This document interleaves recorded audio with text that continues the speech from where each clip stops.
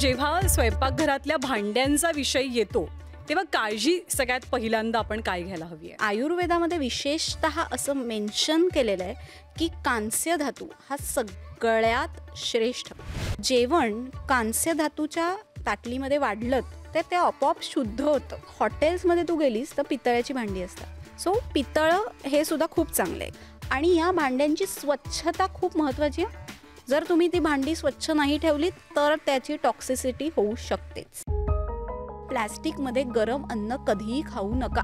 PCOD, hormonal imbalance, hair fall, thyroid होणार आहे तुम्हाला. जनरली सगळ्यांच्या घरामध्ये तर आपल्याला ॲल्युमिनियम, हिंडालियम अशीच भांडी दिसतात. हिंडालियम वापरूच नाही. म्हणजे मी आज खरंच सांगते, ते सगळ्यात वाईट आहे. आताचे व्याधी तू बघितलेस का? भयानक वेगवेगळे व्याधी आहेत. लहान मुलांना जे डबे दिले जातात प्लॅस्टिकचे देत आहेत. नको ना, चांगले वेगळे स्टीलचे डबे आहेत ते तुम्ही द्या, कारण स्टील इज सेफेस्ट. अजून 2 महत्वाचे धातू आहेत की जे अतिशय महत्वाचे आहेत की ज्याचे आपण फक्त दागिनेच करतो.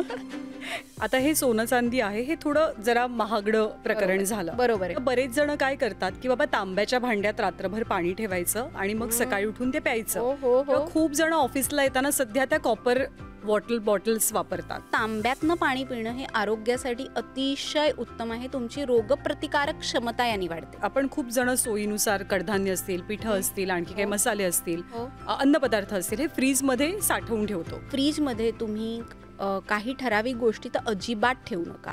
जसं की मळलेली कणिक, कांदा कापलेला नाही वापरायचा. अन्न कसं शिजवायचं, किती शिजवायचं. एखादा पदार्थ अति शिजला ना की त्याची चव बदलते. जेवणाला कधी नावं ठेवू नका. तुम्ही जेवताना आनंदी असायला पाहिजे. उत्तम आहार हेच आपल्या उत्तम आरोग्याचं रहस्य आहे. नमस्कार, मी ज्ञानदा कदम या नव्या पॉडकास्टमध्ये आपल्या सर्वांचं स्वागत करते. या पॉडकास्टचा विषय तुमच्या आमच्या किचनशी संबंधित आहे. किचन किंवा स्वयंपाकघर म्हणजे कोणत्याही स्त्रीच्या मनातलं अगदी हक्काचं स्थान असतं आणि तिच्या मनाचा हळवा कोपरासुद्धा असतो. घरातल्या प्रत्येक माणसाला सुखी आणि आनंदी ठेवण्याचा मार्ग हा याच किचनमधनं जातो असं सुद्धा म्हणतात. पण ज्या किचनमधनं तुम्ही सगळ्यांसाठी जेवण रांधता त्या स्वयंपाकघरात वापरात असलेली भांडी ही योग्य आहेत का याचा कधी विचार केला आहे का? म्हणजे कोणत्या भांड्यात आपण जेवण बनवायला हवं, कोणती भांडी स्वयंपाक करताना अजिबातच वापरू नयेत. जशी अन्नपदार्थांना एक एक्सपायरी डेट असते तशी आपल्या स्वयंपाकघरातल्या भांड्यांना सुद्धा असते का? आपण बऱ्याचदा शिळं अन्न एखाद्या भांड्यामध्ये झाकून ठेवतो. ते भांडं नेमकं कोणतं असावं आणि सगळ्यात महत्त्वाची गोष्ट म्हणजे अन्न कसं शिजवायचं. तर या सगळ्याबद्दल पुन्हा एकदा आपल्यासोबत बोलण्यासाठी डॉक्टर मानसी मेहेंदळे धामणकर आहेत आणि आपण त्यांच्याशी मनमोकळ्या गप्पा या विषयावरती सुद्धा मारणार आहोत. मानसी, नमस्कार. पुन्हा एकदा स्वागत आहे न्यूज 18 लोकमतमध्ये. आणि हा विषय खूप इंटरेस्टिंग आहे कारण स्वयंपाकघर म्हणजे प्रत्येक घराचा एक आरसा असतो एक प्रकारे. अगदी बरोबर. तर जेव्हा स्वयंपाकघरातल्या भांड्यांचा विषय येतो तेव्हा काळजी सगळ्यात पहिल्यांदा आपण काय घ्यायला हवी आहे?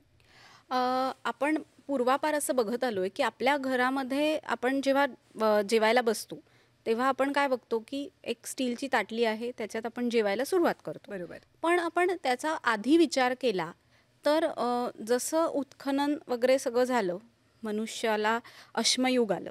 म्हणजे अश्मयुगामध्ये पहिले दगडाची सगळं जे काय होतं ते दगडापासून बनवलेलं होतं आणि मग आलं म्हणजे धातुयुग आणि मग त्याच्यामध्ये कांस्य आणि ह्या सगळ्या धातूंची सुरुवात झाली.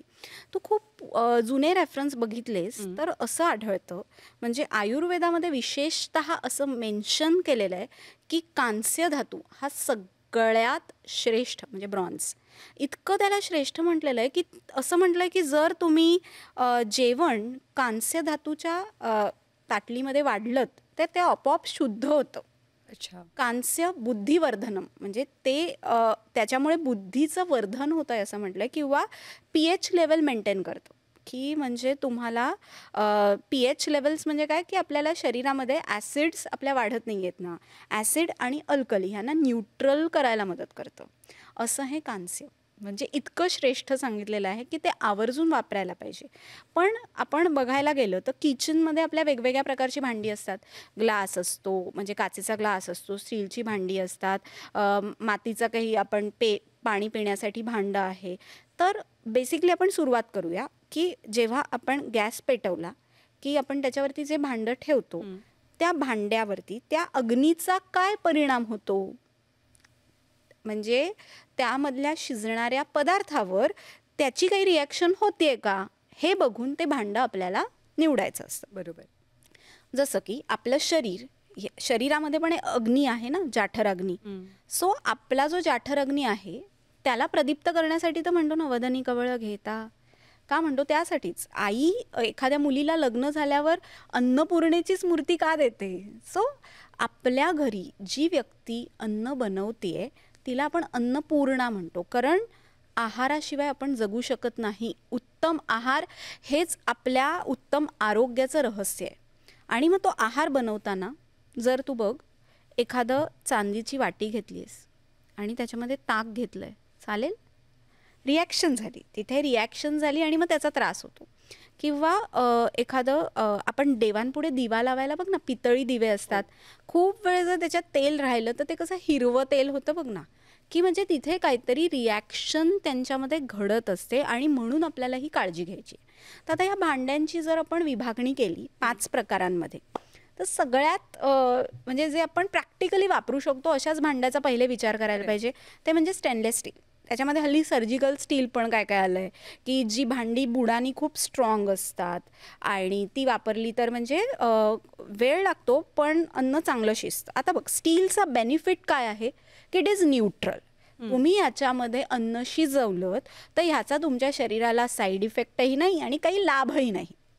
म्हणजे काही 7 ते 8% त्या अन्नाच्या क्वालिटीमध्ये फरक पडतो, ह्याच्याहून जास्त वेगळं काही होत नाही. So it is a easiest की तुम्ही तुमच्या घरी स्टीलच्या भांड्यां, आपण बघ ना, जेवण बनवून झाल्यावर छोट्या छोट्या ह्या पातेल्यांमध्ये काढून ठेवतो आणि ते क्लीन करायला सोपं आहे, इझिली अवेलेबल आहे आणि सगळ्यात महत्त्वाचं म्हणजे रास्त दरामध्ये आहे, की जे सगळ्यांना चालू शकतो. So stainless steel okay, go ahead. आता काही लोक आहेत की ज्यांना असं वाटतं की वाव, अजून काही आपण छान करू शकतो का, म्हणजे आवड असते ना प्रत्येकाची. तर दुसरा पर्याय म्हणजे पितळ. पितळ हाही एक मिश्र धातू आहे, पण त्याच्यामध्येही तुम्ही जेवलात किंवा त्याच्यामध्ये तुम्ही त्याच्या प्लेट्स आणि ह्या घेतल्यात किंवा त्याच्यामध्ये अन्न शिजवलं तर त्याचा तुम्हाला त्रास होत नाही. म्हणजे ज्या अन्न घटक पदार्थ आहेत ना, त्यांची क्वालिटी तेवढीच चांगली राहते. 100 पैकी आपण असं म्हणू शकतो 9 म्हणजे 98% मेंटेन राहते. सो बघ, हॉटेल्समध्ये तू गेलीस तर पितळ्याची भांडी असतात. सो पितळ हे सुद्धा खूप चांगलं आहे. कांस्य म्हटलं तर सगळ्यात चांगलं आहे, पण आर्थिकदृष्ट्या ते सगळं जमणं किंवा काही गोष्टींमध्ये त्याच्यामध्ये लिमिटेशन्स येतात. तर ते प्रत्येकाने प्रत्येकाच्या सोयीनुसार बघावं. आणि या भांड्यांची स्वच्छता खूप महत्त्वाची आहे. जर तुम्ही ती भांडी स्वच्छ नाही ठेवली तर त्याची टॉक्सिसिटी होऊ शकतेच. चौथं म्हणजे लोखंड. आता लोखंडी तवा पूर्वीपासून आपल्या घरी आहे. लोखंडाच्या तव्यावर आपण मुद्दाम पोळी करतो का, ते आयर्न आपल्याला मिळावं म्हणून.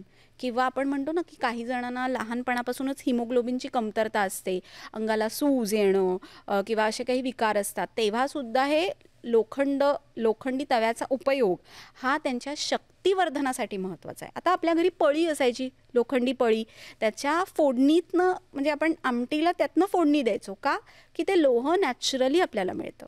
सो हे लोखंड तर चांगलंच आहे, पण ह्याला गंज चढला असेल आणि तुम्ही तसंच वापरलं तर काय फायदा. असो लोखंडी तवा बघ, 2-3 दिवस वापरला नाहीस ना तर त्याला गंज चढतो. तर कसा स्वच्छ करायचा हा लोखंडी तव्याचा गंज, तर लिंबाचं पाणी करायचं आणि त्यांनी ते घासून त्यांनी ते स्वच्छ करायचं, म्हणजे ते निघून जातं. आणि कायम लक्षात ठेवा की तुम्ही लोखंडी तवा कधीही ठेवाल ना, त्याला तेल लावून ठेवा, तो खराब होणार नाही, त्याला गंज चढणार नाही. जशी बुद्धी वापरली की तिला गंज चढत नाही, तसं त्याला ते तेल लावून ठेवा, म्हणजे गंज चढणार नाही. सो ते अप्पे करतो, अप्पे पात्र आहे, डोसे घालतो, त्याला हे वापरू शकतो. चौथं म्हणजे हल्ली कास्ट आयर्न, म्हणजे बिडाचे तवे असतात ना, खूप छान, खूपच चांगलं. फक्त इट्स व्हेरी रिस्की टू, म्हणजे आपल्याला वापरायला ते खूप डिफिकल्ट आहे, खरखरीत असतात, पडले तर फुटतात. सो काळजी घ्यायला पाहिजे. आणि अजून एक प्रकार म्हणजे हल्ली आपण बघतो की सगळीकडे मातीची भांडी अवेलेबल आहेत. सगळ्यात श्रेष्ठ प्रकार आहे मातीचं भांडं. सगळ्यात श्रेष्ठ प्रकार, की उष्णता आहे ना, त्याला पोर्स असतात ना, बघ ते उष्णता त्याच्यात मेंटेन राहते. आपण बघ ना, मातीतनं ती उष्णता ट्रान्सफर नाही होत. सो तो पदार्थ त्याच्यात चांगला राहतो, चांगला शिजतो, त्याची चव अधिक रुचकर होते. बघ आपण म्हणतो ना, चुलीवरच्या जेवणाची चव काहीतरी निराळीच. म्हणजे गॅसवर तसं आहे की मातीच्या भांड्यातली चव काहीतरी वेगळी. पूर्वी आपण पाट्या वरवंट्यावरती चटणी वाटायचो बघ. ते घर्षण होतं ना त्या दोन्ही दगडांमध्ये आणि त्याचा जो रस निघतो ना, आ हा हा हा, की ती चव आपण विसरू शकत नाही. ती चव मिक्सरला नाही, पण काळानुरूप आपल्याला काही बदल करायला लागतात, कारण आपल्याला ते शक्य नाही आहे ना. पण ज्या दिवशी शक्य असेल तेव्हा छोट्या पाट्या वरवंट्यावर चटणी नक्की करा आणि ती जरूर खाऊन बघा. तुमची मुलं पण सांगतील की ऐका आई, आज काहीतरी चव याला वेगळी आली आहे. आणि त्याच्यानंतर प्लॅस्टिक. आता प्लॅस्टिकचा वापर बऱ्याच वेळा केला जातो, पण मी असं म्हणते की प्लॅस्टिकमध्ये गरम अन्न कधीही खाऊ नका. प्लॅस्टिकमध्ये तुम्ही गरम अन्न घेतलं तर त्यामुळे काय होतं की ते सगळे पदार्थ म्हणजे काही काही मायन्यूट पार्टिकल्स त्याचे तुमच्या पोटात जातात. PCOD, hormonal imbalance, hair fall, thyroid होणार आहे तुम्हाला जर तुम्ही रोज प्लॅस्टिकच्या प्लेटमध्ये जेवत असाल. पहिले बंद करा. अजिबात प्लॅस्टिकची प्लेट गरम जेवणासाठी वापरू नका. इझी वे आहे ना, म्हणजे पटकन मिळते आपल्याला. तुम्ही त्याच्यात ना वेफर्स ठेवा, काय म्हणजे गरम काही ठेवू नका. अनेक घरांमध्ये प्लॅस्टिकच्या बॉटल्स 6-6 महिने तशाच वापरल्या जातात. अत्यंत चुकीचं आहे. का? तुम्ही वेगळ्या ती बॉटल बदलू नाही शकत की तुमच्या आरोग्यासाठी जे महत्त्वाचं आहे तुम्ही दर 3 महिन्यांनी चेंज करा ना बॉटल. जी त्याचं कोटिंग गेलेलं दिसतंय तुम्हाला, तुमच्या पोटामध्ये त्या काही प्रमाणात ते पोचत असतं आणि या सगळ्याचा परिणाम पहिले कुठे होतो? ब्रेन आणि किडनी. ओके. ह्या दोघांवरतीच पहिले परिणाम होतो. बऱ्याच घरांमध्ये आज नॉनस्टिक तवे वापरले जातात. टेफ्लॉनचं कोटिंग असतं आणि ना गॅस चालू असतो, त्याचे धूर येत असतात. आणि जर तुम्ही असा धूर घेतलात, अस्थमा, सर्दी, खोकला हे तुम्हाला होणार आहे जर सतत झालं तर. एका दिवसाने काही होणार नाही आहे. पण हे चुकीचं आहे. एका ठराविक टेम्परेचरलाच तुम्ही तो तापवा. नॉनस्टिकपेक्षा तुम्ही इतर कुठलाही तवा वापरलात तर तो अधिक चांगला आहे. हल्ली सिरॅमिकचे तवे पण आलेत, ते पण प्रिफरेबल आहेत. किंवा आता हा जो लोखंडी तवा असतो बघ ना, त्याला जर तुम्ही पाणी शिंपडून कांदा फिरवून असा तो तुम्ही असा मऊ केलात ना, तर त्याच्यावरती पण डोसे वगैरे छान निघू शकतात, म्हणजे काही प्रॉब्लेम येणार नाही. पण आरोग्य पहिले महत्त्वाचं आहे. म्हणजे तुम्ही हा विचार करायला पाहिजे की ते तुम्ही कधी ना त्याच्यावर म्हणजे भाकरी काही लोक त्या नॉनस्टिकच्या तव्यावर कशी करू शकतात ना, म्हणजे लोखंडी तव्यावरच भाकरी करायला पाहिजे की ते पोटात गेलं तरी लोह जाईल ना, पण ते गंजलेलं नको. त्याच्यानंतर पुढे येतं ते म्हणजे आपल्या घरी उपलब्ध असलेलं केळीचं पान. बघ किती गुणकारी आहे केळीचं पान. आज आयुर्वेदामध्ये आम्ही वेगवेगळ्या प्रकारची जी औषधं बनवतो ना, जर आपण त्या केळीच्या पानावर जेवलो तर आतड्यांचे विकार कमी होतात. आज IBS हा त्रास बऱ्याच जणांना आहे, लूज मोशन्स होणं. तर तेव्हा जर आपण हे केळीच्या पानावर, आता रोज मी म्हणत नाही कारण म्हणजे पर्यावरण प्रेमी आपल्याला असं म्हणू शकतात की तुम्ही एवढी झाडं कापणार आहात का, पण केळीच्या पानांचा वापरच पूर्वीपासून जेवणासाठी करत आलेले आहेत. सो आपण असं म्हणू शकतो दर शनिवारी जेवूया. सो त्यावर तुम्ही जेवलात, तुम्हाला आढळून येईल की तुमचं पचन सुधारलंय. आणि एक दुसरा भाग ह्यातला मी सांगू इच्छिते की पळसाचं पान आणि केळीचं पान कधीही तुम्ही घरी पूजा ठेवली, तुमच्या घरी जेवायला तुम्ही ब्राह्मण सवाशीण असं काही आपण बोलवतो पूजेला, कोणालाही अन्नदान करताना ठराविकपणे या पानांवर करा. म्हणजे आमच्या ओळखीचे गुरुजी आहेत, त्यांनी मला असं निक्षून सांगितलेलं की मानसी, केळीच्या पानावर जेवण वाढलं अतिथीला पुण्य 100 वर्ष टिकतं आणि पळसाच्या पानावर वाढलं तर 1000 वर्ष टिकतं. म्हणजे पुण्याची गोष्ट वेगळी, पण मी काय म्हटलं की आपण त्याला काहीतरी चांगल्या भावनेने देतोय ना, सो आपण हे करून बघू शकतो की त्यातनं काय परिणाम होतो. केळीच्या पानावरती जेव्हा तू वरण भात वाढतेस गरम, बघ त्या पानाचा रंग बदललेला दिसतो आपल्याला. सो जेव्हा त्यात गरम ठेवल्यावरती त्यातला जो चांगला भाग मिळतोय, पण हेच तू प्लॅस्टिकच्या प्लेटवर तुला कळणार आहे का?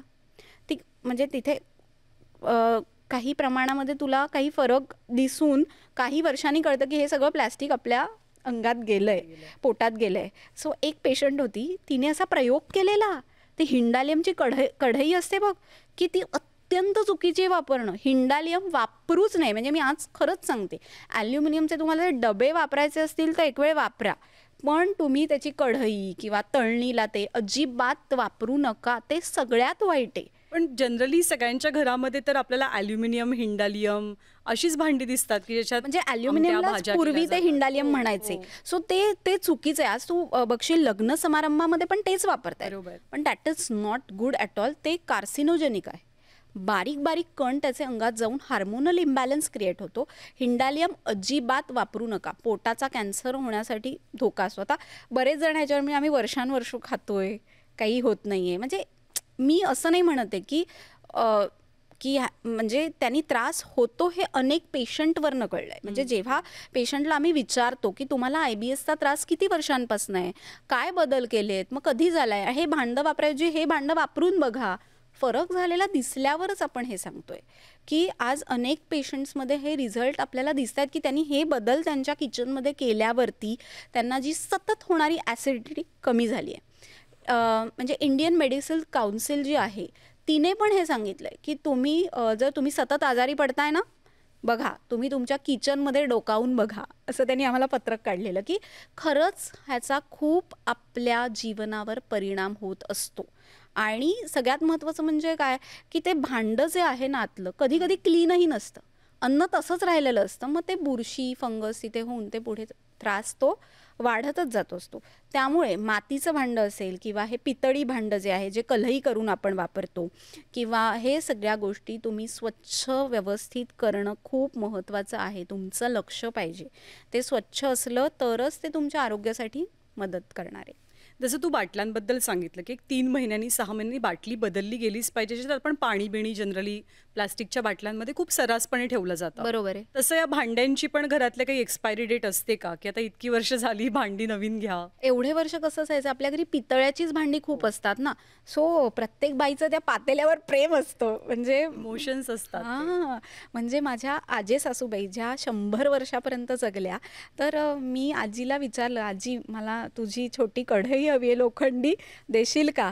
तर म्हणजे माझ्या सासूबाई म्हणाल्या की "मानसी, खूप प्रेमळ आहे ही कढई, कोणालाही देणार नाही." म्हणजे तिच्या खूप जवळची आहे. पण तिने आम्हाला दोन्ही सुनांना ती भांडी दिली आणि आजही, आता आजी नाही आहे, पण तिचं जे प्रेम आहे ना, त्या भांड्याच्या स्पर्शातनं आम्हाला मिळतं. की ती म्हणाली की "मी एवढे वर्ष ही पितळ्याची भांडी जतन केली आहेत. एक पातेलं उचललं ना तरी आपल्याला दिसतं इतकं जड आहे." म्हणजे आमच्याकडे लिटरली, म्हणजे आमचं गावाला जे घर आहे ते 100 वर्ष जुनं आहे. सो आमच्याकडे ही सगळी पातेली आहेत. मला तर ती सगळी नावं पण माहीत नव्हती, वेगवेगळी नावंसुद्धा कळली. आणि ना जे पितळी असं पातेलं आहे, त्याच्यामध्ये इडल्या करण्याचं आहे. म्हणजे इडलीचं भांडं होतं ते पूर्वीपासनंचं.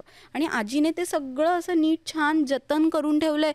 आजही ती भांडी आपण बघू ना तशीच छान दिसतात. आणि तिचं एक टेक्निक असायचं, आम्ही कुठल्याही नवीन काळातलं वापरलं नाही गं, ती पांढरी रांगोळी आण गं जरा, ती रांगोळी वापरून आपण ते भांडं स्वच्छ करूया, इतकं छान निघतं, एकदम सुंदर असं चकाकतं.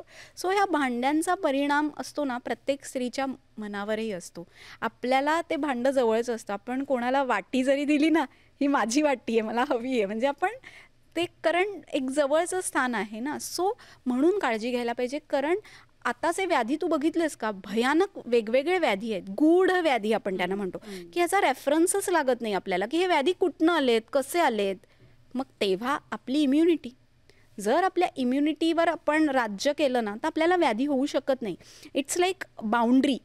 आपण म्हणतो ना प्रत्येक देशाची कशी बाउंड्री असते, तसं आपली इम्युनिटी ही आपली बाउंड्री आहे. आणि इम्युनिटीचं सगळ्यात मोठं शस्त्र तुमचा आहार, तुमचा रोजचा व्यायाम, तुम्ही पाणी किती पिता आणि तुम्ही झोप किती घेता आणि तुमचं मन किती स्ट्रॉंग आहे, ह्या सगळ्याचं. आणि मी एवढं सगळं का सांगते ह्या भांड्यांविषयी, तर ह्या भांड्यांमध्ये तुम्ही जेवण बनवणार आहात आणि हे जेवण जे तुम्ही जेवणार आहात त्यापासून तुमचं मन बनतं. आणि म्हणून हे खूप महत्त्वाचं आहे की प्लॅस्टिक तर पूर्ण बॅन करा. किचनमधनं प्लास्टिक काढून टाका. काही वेळा काही गरम पदार्थ तरी वापरू नका किंवा पाणी प्यायला वापरू नका. आता कोणी पाहुणे आलेत, पटकन आपल्याला काही सर्व करायचं आहे, तर ठेवू शकतो ना आपण. आता कधी कधी बघ, काळाप्रमाणे बदल आपल्याला करायला लागतो. प्रत्येक गोष्टीला आपण आडमुठे धोरण नाही घेऊ शकत. सो जिथे जे योग्य आहे ते आपल्या स्वतःच्या बुद्धीने ते आपण करायचं आहे की त्याचा वापर चांगल्या ह्यानी करायचा. आज आपण बघतो लहान मुलांना जे डबे दिले जातात प्लॅस्टिकचे देत आहेत. नको ना, चांगले वेगळे स्टीलचे डबे आहेत ते तुम्ही द्या, कारण स्टील इज सेफेस्ट, की त्याचा साईड इफेक्ट पण आपल्याला काही नाही आहे. पण ॲल्युमिनियम जे आहे, प्लॅस्टिक आहे, टोटली बॅन, की ते दोन्ही अजिबात तुम्ही वापरू नये असं माझं पर्सनल मत आहे. बायकांना साड्या जितक्या चोखंदळपणे निवडतात की अगदी बघून रंग असा हवा, पोत असा हवा, तशाच त्या भांडी पण निवडतात. अगदी. म्हणजे ते बघण्यासारखं असतं दृश्य. एखादी बाई जर का त्या भांड्यांच्या दुकानात एखादं भांडं घ्यायला आली तर ते भांडं निवडायचं कसं? बघ, आता ते भांडं असतं ना, कधी भांडं निवडताना पहिले त्याच्यानं टक टक त्याचा साऊंड ऐका. जर ते हलकं असेल ना, त्याचा पोकळ आवाज येईल. सो त्याच्यात जर तुम्ही फोडणी करायला गेलात तर ते करपेल. त्याचं बूड असतं ना, म्हणजे तवा बघताना पण आपण त्याचा बूड बघतो की ते चांगल्या MM चं आहे ना, की ते काही करपलं नाही पाहिजे, ते मेंटेन राहिलं पाहिजे आणि ते भांडं चांगलं टिकतं. मग 1-2 वर्ष तरी ते चांगलं राहतं.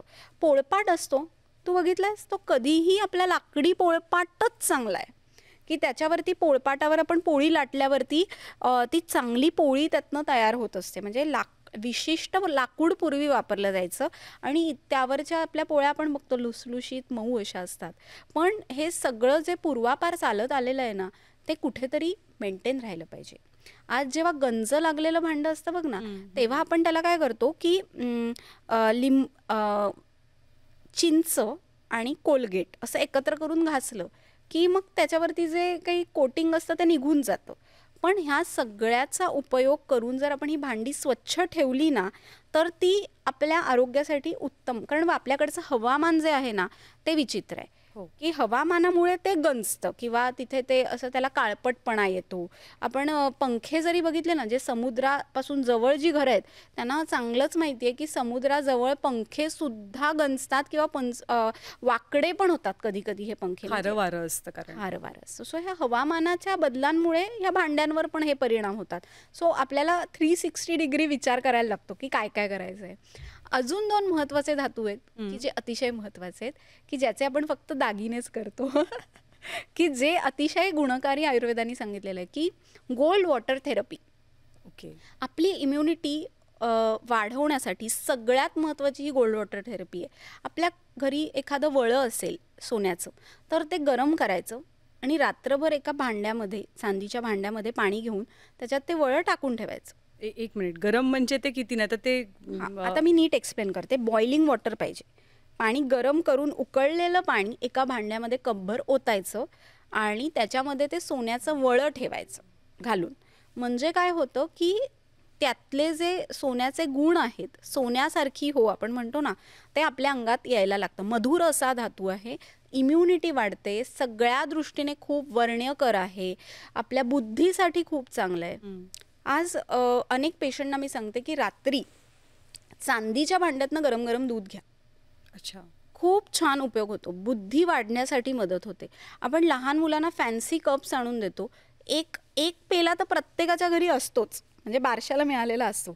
तो आपण जर आवर्जून घेतला तर त्याचा फायदा असा होतो की आपल्या शरीरामध्ये हे सगळे जे धातू आहेत, सोनं किंवा चांदी, हे गेल्यामुळे आपली इम्युनिटी वाढायला मदत होते. म्हणजे असे काही उल्लेख आहेत की पूर्वी अँटी टिटॅनस म्हणून या गोल्ड वॉटर थेरपीचा उपयोग केला जायचा. आता आपण TTचं इंजेक्शन घेतो, पण पूर्वी याचा उपयोग आपल्याला खूप छान व्हायचा. बघ, अंगावरनं सुद्धा पूर्वी स्त्रिया सगळे दागिने सोन्याचे खरे घालायच्या, त्यामुळे एक अंगाला सुद्धा त्यामुळे एक झळाळी मिळायची, की त्यामुळे आपण स्किन टोन चांगला राहायला मदत व्हायची.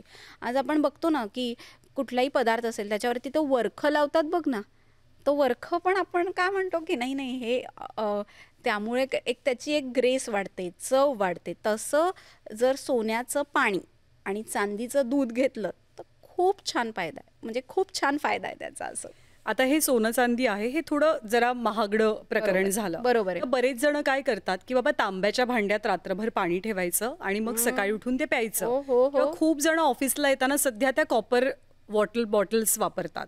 तर हा फायदेशीर कसा आहे हा भाग? आपण जर का उत्तम फायदेशीर आहे. म्हणजे आयुर्वेदामध्ये असं वर्णनच केलेलं आहे की पितळ आणि तांब हे श्रेष्ठ आहे. म्हणजे तांब्यातनं पाणी पिणं हे आरोग्यासाठी अतिशय उत्तम आहे. तुमची रोगप्रतिकारक क्षमता याने वाढते. पण एक ड्रॉबॅक आहे, तुम्ही बघितलं जर ती तुम्ही बाटली आतनं स्वच्छ नाही केलीत तर तिथे असे ग्रीन लेयर्स येतात, त्याला आतनं बुरशी चढते तिथे आपण म्हणतो ना, आणि मग ते चुकीचं, मग त्यांनी आपल्याला त्रास होऊ शकतो. म्हणजे किडनीसाठी ते प्रॉब्लेमदायक असू शकतं. सो तांब्याची बॉटल जरूर वापरा आणि स्वतःची स्वतः रोज स्वच्छ स्वतः धुवा, म्हणजे त्याचा कुठलाही त्रास तुम्हाला होणार नाही, उलट त्याचे लाभच होतील. म्हणजे पूर्वी ते बादल्या असायच्या बघ ना, त्यासुद्धा तांब्याच्या स्टीलच्या असायच्या. आता आपण आंघोळीचं पाणी वापरतो प्लॅस्टिकमधलंच पाणी घेतो. म्हणजे कुठनं प्लॅस्टिक आपल्या शरीरात जात आहे. आणि मग अशावेळी आपण एखादा व्याधी झाल्यावर म्हणतो की हे आपल्यालाच का झालं, पण हे मायन्यूट पार्टिकल्समधनं हे सगळं आपल्या शरीरामध्ये जात असतं. ॲल्युमिनियम फॉईलमध्ये लोक गरम गरम पदार्थ ठेवतात, ते किती चुकीचं आहे. त्याच्यात ते कंटेंट ॲल्युमिनियमचा त्याच्यात जाणून तो तुमच्या पोटात जाणार आहे. ॲल्युमिनियममध्ये तुम्ही काही ठेवणार असाल तर ते तुम्ही थंड ठेवा, म्हणजे थंड इन द सेन्स रूम टेम्परेचरचं ठेवा, की काही त्रास होणार नाही. दुसरा आणखी एक महत्त्वाचा मुद्दा म्हणजे नॉनस्टिकची भांडी. आपण थोडंसं हलका स्पर्श केला मगाशी, पण ही जी नॉनस्टिकची भांडी असतात, म्हणजे कुठल्याही बाईला हौस असते की माझ्या घरामध्ये तो सेट असावा, तवे असतील, कढया असतात, तर नॉनस्टिकची भांडी वापरावीत का वापरू नयेत? नॉनस्टिकची भांडी आता काळानुसार प्रॅक्टिकली आपल्याला वापरायला लागतात, पण ॲज अ डॉक्टर तुम्हाला विचारशील तर मी नाही म्हणेन, कारण टेफ्लॉनचं कोटिंग असतं वरती आणि ते विषारी असतं. ते चांगलं नाही आहे की तुम्ही रोज त्याचं कोटिंगच पोटात जात आहे ना अख्खच्या अख्खं. काही दिवसांनी तुम्ही बघता ते कोटिंग निघालेलं असतं, मग ते गेलं कुठे, तर ते तुमच्या पोटात गेलेलं आहे. आणि यामुळे ना हल्ली बऱ्याच मुलींना पाळीच्या समस्या, मुलांमध्ये पण काही समस्या दिसून येतात. पिंपल्स येणं आहे, हार्मोनल इम्बॅलन्स आहे, कॉन्स्टिपेशन आहे, हे सगळं यामुळे होऊ शकतं. फक्त मग आपल्याला मेंटेन काय करायचं, 1 वर्षांनी तवा बदलायचा. पण कोणतीही बाई 1 वर्षात तिचा तवा फेकूच शकत नाही. म्हणजे तिचं असं नको, अजून चांगलं आहे वापरते, पण ते कोटिंग गेलेलं असतं. आयदर तुम्ही कोटिंग नवीन करून तरी घ्या, मग वापरायचं असेलच तर. कारण बऱ्याच घरात असं दिसतं की कोटिंग गेलेला तवा असेल, त्याच्यातच ते फ्राय केलं जातं किंवा पोळी शेकवली जाते. चुकीचं आहे. बघ, त्याच्यामध्ये जे तेल वापरतो ना, त्या तेलात तर सगळे कंटेंट जातात ना. आधीच ते तेल तुम्ही परत परत रियूज करून वापरता. जेवढं गरजेचं आहे तेवढं तेल पण घेत नाहीत. म्हणजे दोन्ही वेळा तू बघशील तर तुला त्या तेलामध्ये रंग वेगवेगळे आलेले दिसतील. म्हणजे आय एम अगेन्स्ट की ते तेल तळणीचं परत परत वापरू नये, असं हे माझं स्पष्ट मत आहे.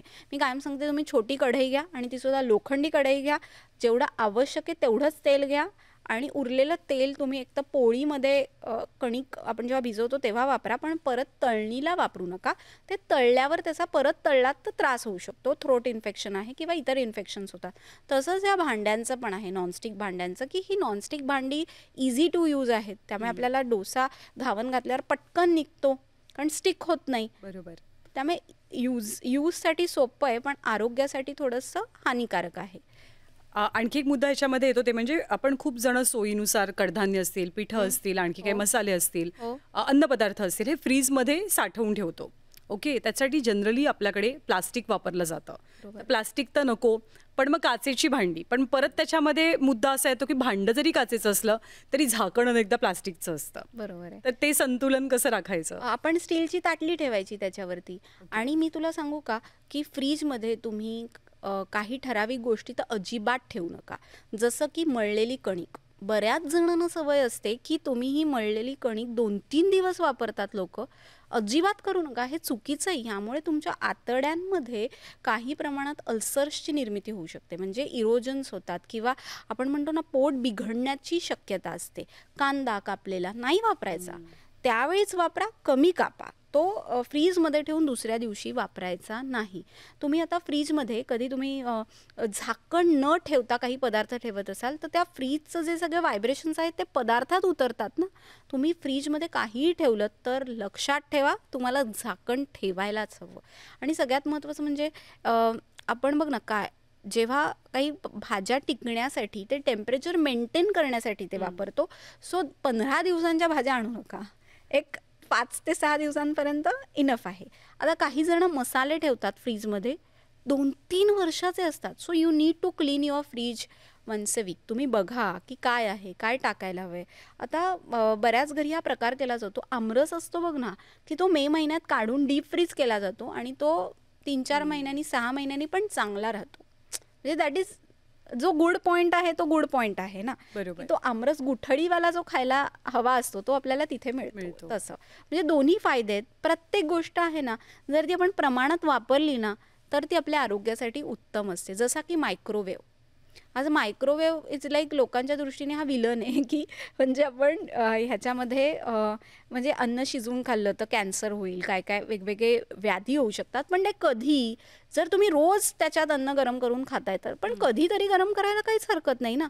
आता मायक्रोवेव्हमध्ये जे कुकिंग होतं त्याच्यामध्ये कसं असतं बघा, बाहेरून आत शिजवला जातो पदार्थ, त्यामुळे पटकन शिजतो, कमी पाण्यात शिजतो. सो काही बेनिफिट्स पण आहेत, पण अतिवापर करायलाच नको. पण कधीतरी काही हरकत नाही, म्हणजे वाईट नाही असं मी म्हणणार, की प्रमाणात केलं तर यू कॅन यूज दिस. आज अनेक कंट्रीजमध्ये वापरलं जातं, पण व्हायब्रेशन्स, त्याचे जे रेडिएशन्स आहेत ते चुकीचे आहेत, हे काही नाकारता येणार नाही.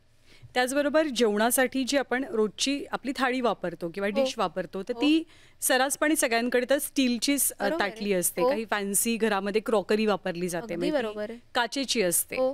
तर खाताना अन्न नेमकं स्टीलमध्ये खावं का कोणत्या धातूच्या ताटलीत खावं? कांस्य श्रेष्ठ आहे असं तू म्हणालीस. कांस्य श्रेष्ठ आहे, बट दॅट इज नॉट म्हणजे अफोर्डेबल पण नाही प्रत्येकाला, आणि ते क्लिनिंग करणं फार डिफिकल्ट आहे. सो मी स्वतःसुद्धा स्टीलच वापरते. पण आपण असं बघायला गेलो तर कांस्य सगळ्यात श्रेष्ठ आहे, मग पितळ आणि मग स्टील. म्हणजे ह्या 3 धातूंचा वापर तुम्ही ताटल्या म्हणजे जेवणासाठी करू शकता. पण इट्स अकॉर्डिंग टू चॉईस की तुम्हाला कसं वाटतंय. पण आयुर्वेदानुसार म्हणाल तर कांस्य नंबर 1 म्हणजे श्रेष्ठ म्हटलेलं आहे. शक्तिवर्धक आहे, पदार्थाचं pH मेंटेन करतं, प्लस बुद्धिवर्धक आहे. आणि असा उल्लेख आहे की तुम्ही कांस्यच्या थाळीमध्ये जेवण वाढलं की ते शुद्धच झालं. जसं प्रसादावरती आपण तुळशीचं पान ठेवतो तसं ते आहे. अजून एक मुद्दा ह्याच्यामध्ये सगळ्यात महत्त्वाचा, हे सगळं आलं नंतरचं की जेवण वाढणं, ते कशात खाणं. पण जेवण शिजवणं बऱ्याचदा आपण ओव्हर कुक करतो, म्हणजे ते अन्न अतिरिक्त शिजवलं जातं आणि पोषण मूल्य त्याच्यातली निघून जातात. तर अन्न कसं शिजवायचं, किती शिजवायचं?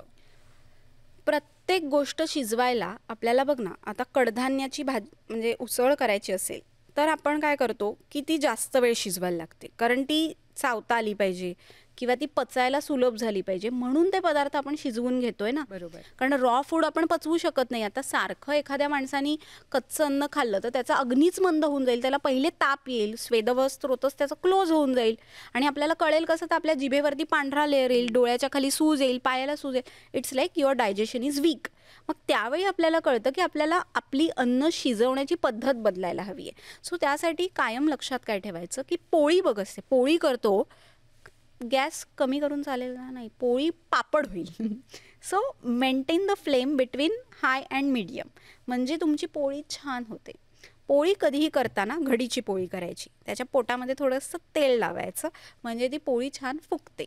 पोळ्या केल्यावरती आपण त्याला बाहेरून थोडंसं तेल लावतो किंवा तूप लावतो, कारण आरोग्यासाठी तूप हे श्रेष्ठ आहे. सो तूप लावल्यामुळे त्या पचायला हलक्या होतात. सो दोन्ही फायदे आपल्याला त्यातनं मिळायला लागतात. आता तिसरं म्हणजे अन्न शिजवताना भाजी कोणतीही करायची असेल तर ती पहिले धुवून घ्या आणि मग चिरा. चिरून धुतल्यात तर सगळं सत्व निघून गेलं. पालक परोठे करायचे तर पालक स्वच्छ धुवून डायरेक्ट मिक्सरमध्ये न वाटता तो पहिले फोडणी करून शिजवून घ्या आणि मग तो कणकेमध्ये मळा, म्हणजे त्यातले सगळे घटक द्रव्य तुम्हाला चांगल्या ह्याने मिळतील. एखादा पदार्थ अति शिजला ना की त्याची चव बदलते, आपल्याला ती चव लगेच कळते की अरे ह्याची टेस्ट बदलली आहे. आपण जेव्हा भात बनवतो तेव्हा मऊ भात असेल तर आपण 8 पट पाणी घेतो, साधा भात असेल तर 2 पट पाणी घेतो. तांदूळ नवीन आहेत जुने आहेत यानुसार पण तो फरक पडतो. पण जर तो भात नीट शिजला नाही तर लक्षणं काय दिसतात? आधमान आटोप, म्हणजे पोटफुगी, पोट डब्बं होणं हे आपल्याला दिसतं. बघ कधी कधी पोळी कच्ची असेल ना तर त्याला ते काळे डॉट आलेले नसतात, आपल्याला दिसतं ही पोळी इथनं कच्ची राहिलेली आहे. सो पदार्थ कोणताही पूर्ण शिजलाय की नाही हे आपण हाताने ते शीत मोडून बघायचं. भाजी असते बघ ना, त्याच्यावरती आपण असं चमच्याने प्रेस केलं की कळतं अरे चला तोंडली शिजली आहेत. काही म्हणजे भाज्या आहेत जसं की रताळं, अतिशय गुणकारी आहे. प्रत्येकाने रोज एक रताळं, म्हणजे ज्यांना डायबिटीस नाही आहे त्यांनी, म्हणजे वाढीच्या वयातल्या मुलांनी तर आवर्जून खा. खूप चांगला कंटेंट आहे रताळ्यामध्ये. रताळं शिजवताना तुम्ही पाण्यात टाकून कधी शिजवू नका. तुम्ही ते वाफेवर शिजवा. म्हणजे कुकरमध्ये न शिजवता एक पातेलं घ्यायचं, म्हणजे पॅनसारखं, त्याच्यामध्ये पाणी घालायचं आणि वर ना नुसतं भांडं ठेवा.